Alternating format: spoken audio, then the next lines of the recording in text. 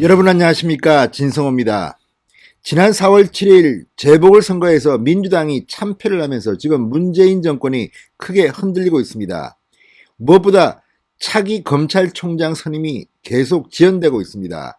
윤석열 전 총장이 사표를 던진 지 지금 엄청나게 시간이 흘렀지만 검찰총장 후보 추천위원회도 아직도 못 열고 있습니다. 29일 날 연답니다. 이 모든 것은 오세훈 서울시장이 탄생하자 이성윤 서울중앙지검장을 차기 검찰총장으로 밀어붙이기가 부담스러웠기 때문입니다. 시간을 벌려고 했던 것 같습니다. 그렇지만 아직도 이성윤을 검찰총장에 앉히려는 꿈이 완전히 사라진 것 같지는 않습니다. 박범계 법무부 장관이 그 전면에 있습니다. 자, 문재인 대통령에게 차기 검찰총장 후보를 임명 제청해야 하는 사람이 법무부 장관인데 지금 시간을 끄는 이유는 뭐겠습니까? 이성윤 때문이 아닐까 싶습니다. 자, 어제 출근길에 박범계 장관 아주 묘한 발언을 해서 지금 무리를 빚고 있습니다. 이렇게 말했습니다. 자, 차기 검찰총장의 인선 요건으로 대통령의 국정 철학에 대한 이 상관성을 꼽았습니다. 자, 며칠 전에는 박범계 장관 검찰총장 물어보자 오늘은 좀 봐달라 그랬는데 이런 말을 어제 했다는 건 뭐겠습니까? 이성윤 밀어붙여도 좋겠다 이런 생각을 했는지도 모르겠습니다. 그러나 어제 상황은 또 바뀌었습니다. 이성윤 검찰총장 꿈꾸지 마십시오. 만약에 이걸 강행한다면 정말 문재인 정권은 끝날지도 모릅니다. 자, 박범계가 자기 속내를 드러낸 겁니다. 검찰총장을 임명하는데 무슨 문재인 대통령, 대통령의 국정 철학에 대한 상관성? 자, 이런 발언이 지금 민주당 내에서도 반발이 나오고 있습니다. 검사 출신의 조응천 의원이 박범계 장관의 이 발언에 대해서 맹공을 퍼붓습니다. 그리고 청기 누설을 한 걸까요? 박범계가 윤석열의 대선 가도에 큰 동력을 제공했다고 말했습니다. 왜 이런 말을 했을까요? 문재인 대통령은 주위에 왜 이렇게 조금 모자라는 듯한 사람들만 들끓고 있습니까? 아니, 그래서 장관에 임명시킨 겁니까? 똑똑하고 유능하고 영리하고 사립 분별이 분명한 사람이 법무부 장관을 하면 문재인 대통령이 시키는 대로 일을 잘 안 할까봐 혹시라도 만에 하나라도 그런 사람을 뽑는 겁니까? 그렇다고 뭐 조국 추미애 박범계가 다 모자라는 사람이라는 것은 아닙니다. 그렇지만 시청자 여러분들은 알 겁니다. 모자라는 사람인지 아닌지를. 자, 어쨌든 박범계 장관 입이 열리면 사고가 터집니다. 조응천이 아주 날카롭게 지적했습니다. 사실 실력으로만 보면 조응천이 박범계보다는 법무부 장관 100번 잘할 겁니다. 그렇지만 문재인 대통령이 그런 능력이 있었다면 지금 이 나라 이 꼴로 되지도 않았을 겁니다. 자, 조응천은 뭐라고 말했을까요? 진성호의 융단 폭격 시작합니다. 박범계 법무부 장관을 융단 폭격합니다. 방송에 앞서 아직 진성호 방송에 구독자가 아니신 분들은 붉은색 구독 버튼 눌러주십시오. 더 좋은 방송으로 보답하겠습니다.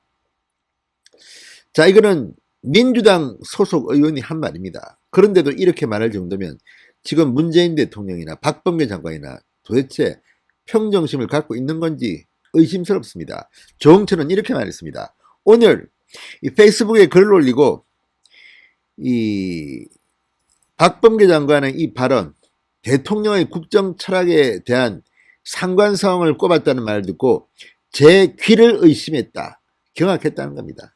도대체 이게 법무부 장관이 말이야 막걸리야? 경악했다고 말했습니다. 제 귀를 의심했다. 자, 조응천 의원은 민주주의 확립을 위해 수사권 유무와 관계없이 여전히 검찰에 대해서는 일반 행정기관과 달리 정치적 중립과 독립성이 강하게 요구된다. 그러므로 검찰총장의 조건 혹은 덕목으로 제일 중요한 것은 여전히 정치 권력으로부터 독립하여 공정한 결정을 하려는 결연한 의지와 용기라고 할 수밖에 없다.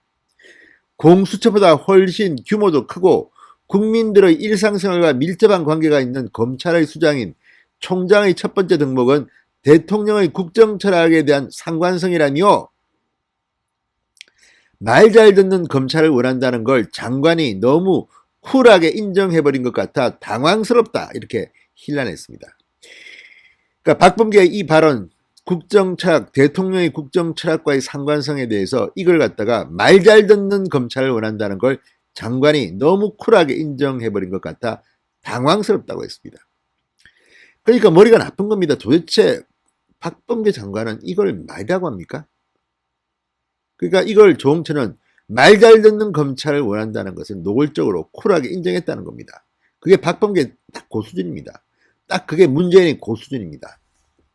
조홍천은 이런 식이라면 장관이 생각하는 검찰개혁이 무엇인지 정말 우려스럽다. 우려스러울 것도 없습니다. 박범계가 생각하는 검찰개혁이나 문재인이 생각하는 검찰개혁이나 추미애가 생각하는 검찰개혁이나 우린 다 압니다.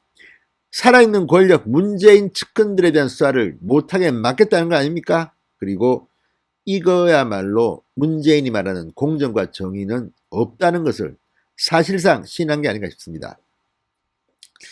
자, 조홍천 의원은 장관의 언행들이 윤석열 전 총장의 대선 가도에 큰 동력을 제공하는 것 아닌가 한번 돌아보시기 바란다 이렇게 꼬집었습니다.